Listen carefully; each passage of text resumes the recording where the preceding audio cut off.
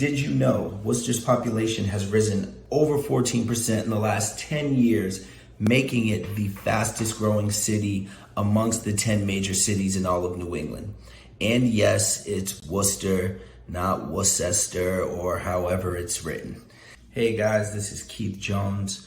I'm a realtor with Keller Williams Pinnacle Central here in Worcester, Massachusetts. But besides all that, I'm a father, I'm an athlete, I'm a foodie, and I'm one of the people who recently relocated to Worcester, Mass. Now, if you're considering a move to Worcester, Mass, I'm sure you have some questions like, is this where I want to live? Is this where I want to raise my family? Or if you're like others, you're just looking for a change of pace from where you currently live. For me, I was living in Boston, Massachusetts, about 40 minutes to an hour away from Worcester. I would always come out here and visit my brother, who was going to school at Worcester State University. Initially, when I would come out here, I thought, man, I can't wait to go home. I really don't like this place. And it was really just because Worcester seemed kind of stuck in the past and didn't really seem to be moving anywhere. But as I continued to come visit, I started to see some life being pumped back into the city. And there were some changes being made to it. Then I heard about Pawtucket and the Red Sox deciding to move their minor league team from Pawtucket, Rhode Island to Worcester. And I thought to myself, like, hey, if the Red Sox are moving a team to Worcester, I wonder what else is coming. So then I started to kind of pay attention to what was happening in the city. Shortly after that, I decided to give it a shot. I made the move out here to Worcester.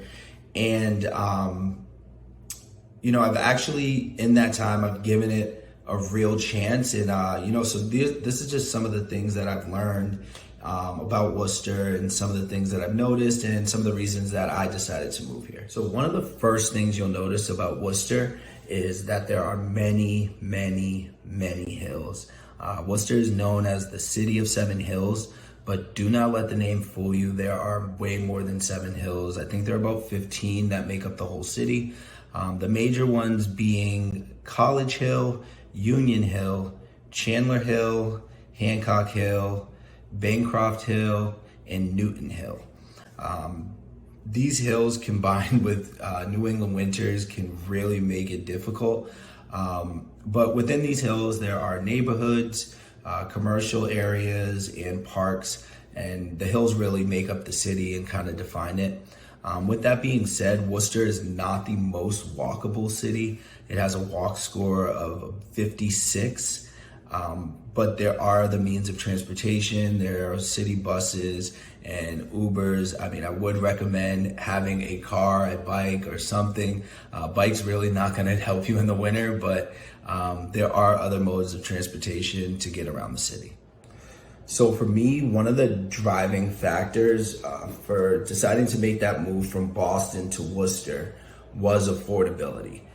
If you decide to move to New England and you want to live in a city like Boston or Newton or Weston, living here could be very, very costly.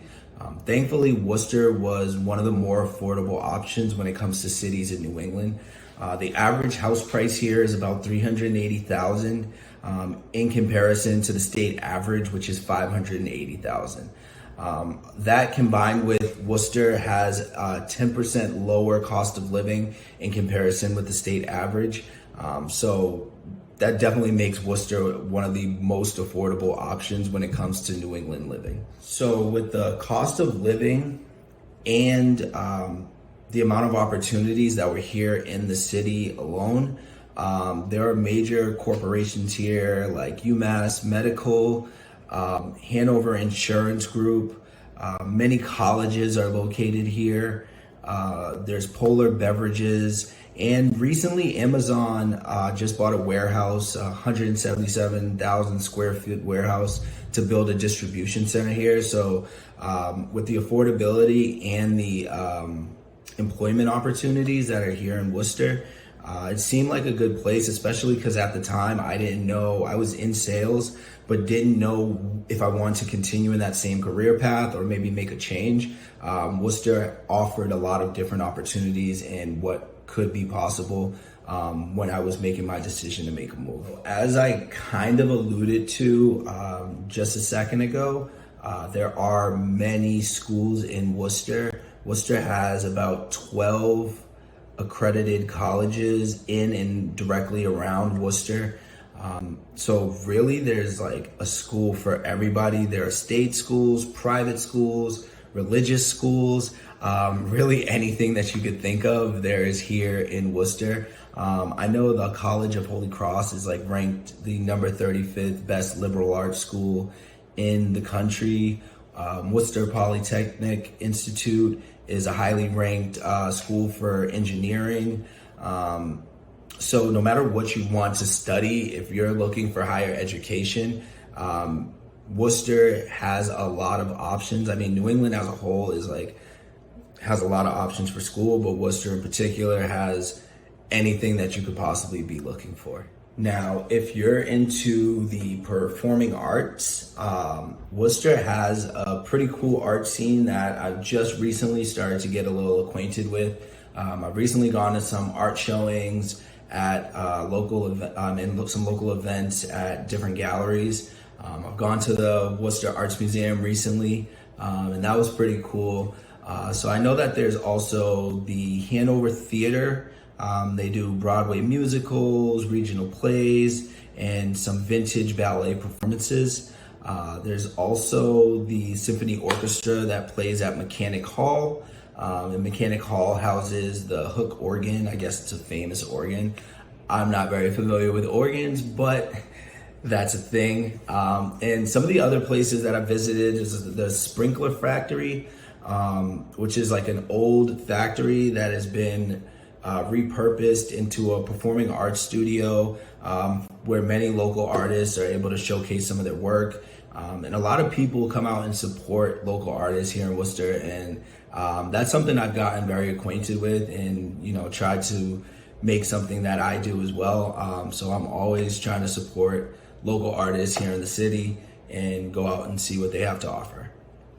So just as I said, I like to support local artists. I also support local business, and one of the major things that I do support tremendously in Worcester is restaurants.